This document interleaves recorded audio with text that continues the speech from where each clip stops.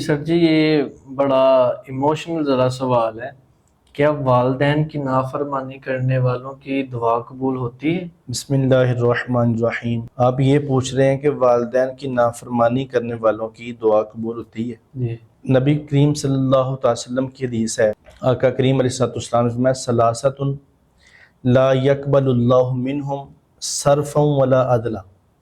ٹھیک ہے۔ یہ تو سوال ہے نا کہ کیا دعا قبول ہوتی ہے؟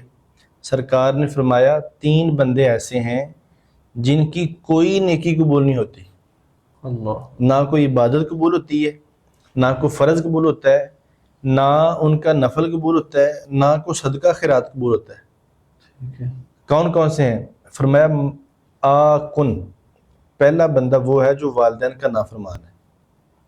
منان، دوسرا وہ ہے جو احسان کر کے احسان جتلا دیتا ہے، ٹھیک ہے۔ نیکی کر کے جس پر نیکی کی ہوتی ہے اس کو تانا مار دیتا ہے، مینا مار دیتا ہے، احسان جتلا دیتا ہے وقت آنے پر۔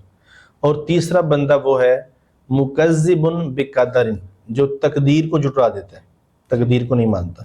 تو ان میں دیکھیں تینوں ہی بڑے گناہ ہیں، تینوں نیکیاں ضائع کرنے والے ہیں، لیکن پہلے نمبر پہ والدین کے نافرمان کو رکھا گیا کہ جو والدین کا نافرمان ہے اس کی کوئی نیکی قبول نہیں ہوتی، اس کا کوئی فرض، کوئی نفل، کوئی صدقہ خیرات قبول نہیں ہوتا، صرفا ولا عدلا، کوئی نیکی نہیں قبول ہوتی۔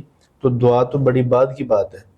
اور پھر آج کل ہمارے نوجوان جو معاشرے میں ہیں یہ والدین کو سمجھتے کچھ نہیں ہے، جو یہ بڑے ہوتے ہیں سمجھتے ہیں کہ جو ہم جانتے ہیں وہ والدین نہیں جانتے، جو ہم کر سکتے ہیں وہ والدین نہیں کر سکتے۔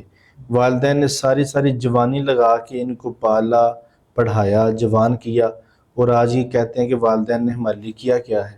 تو یہ نوجوانوں کو خدا را اس طرف بھی توجہ کرنی چاہیے کہ ہماری ہلکی سی نافرمانی کی وجہ سے والدین جب ناراض ہو جاتے ہیں تو پھر رب بھی ناراض ہو جاتا ہے۔ رضا ربی فی رضا الوالدی، رب کی رضا والد کی رضا میں ہے۔